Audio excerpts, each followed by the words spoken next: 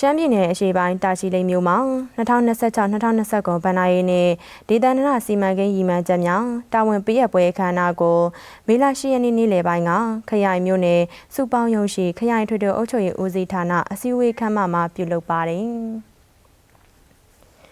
ပထမဦးစွာခရိုင်စီမံခန့်ခွဲရေးနဲ့အုပ်ချုပ်ရေးကော်မတီဥက္ကဋ္ဌဦးတင်ဝေသုံးကအပွင့်အမှာစကားပြောကြားပြီးတာဝန်ရှိသူတဦးက2026-2029ဘဏ္ဍာရေးနဲ့ဒေသန္တရစီမံကိန်းရည်မှန်းချက်များဖြစ်တဲ့လေယာကဏ္ဍကြီးအတွက်ခရိုင်မြေစင်ဦးစီးဌာနမှတာဝန်ရှိသူများကို၎င်း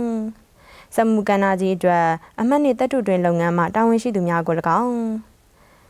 ဝန်ဆောင်မှုကဏ္ဍကြီးအတွက်မြန်မာစီးပွားရေးဘဏ်တာဝန်ရှိသူများထံကို၎င်း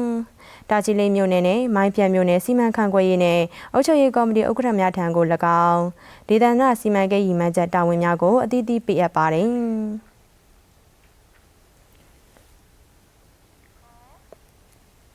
အဲဒီနောက်ခရိုင်စီမံကိန်းဦးစီးဌာနမှဦးဆန်းဝင်းက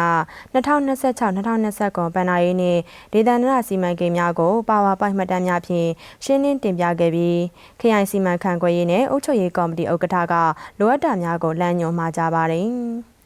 ဆက်လက်ပြီးမကာဟိုခန်းရက်ကွက်ရှိမြို့နယ်လူဝင်မှုကြီးကြပ်ရေးနဲ့ပြည်သူ့ရေးဝန်ကြီးဌာနမြို့နယ်ဦးစီးမှုဦးသက်ဆွေဦးဆောင်ပြီးဝန်ထမ်းများကရက်တရာစီမံချက်ဖြင့်ပြုလုပ်ဆောင်ရွက်လျက်ရှိတဲ့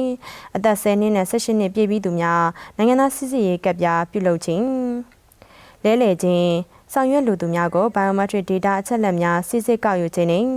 UID ကဒ်ပြားဆောင်ရွက်ပေးနေမှုကိုခရိုင်စီမံခန့်ခွဲရေးနဲ့အုပ်ချုပ်ရေးကော်မတီဥက္ကဋ္ဌနှင့်အဖွဲ့ဝင်များခရိုင်ရဲတပ်ဖွဲ့မှဒုတိယရဲမှူးကြီးချမ်းမြေဝင်း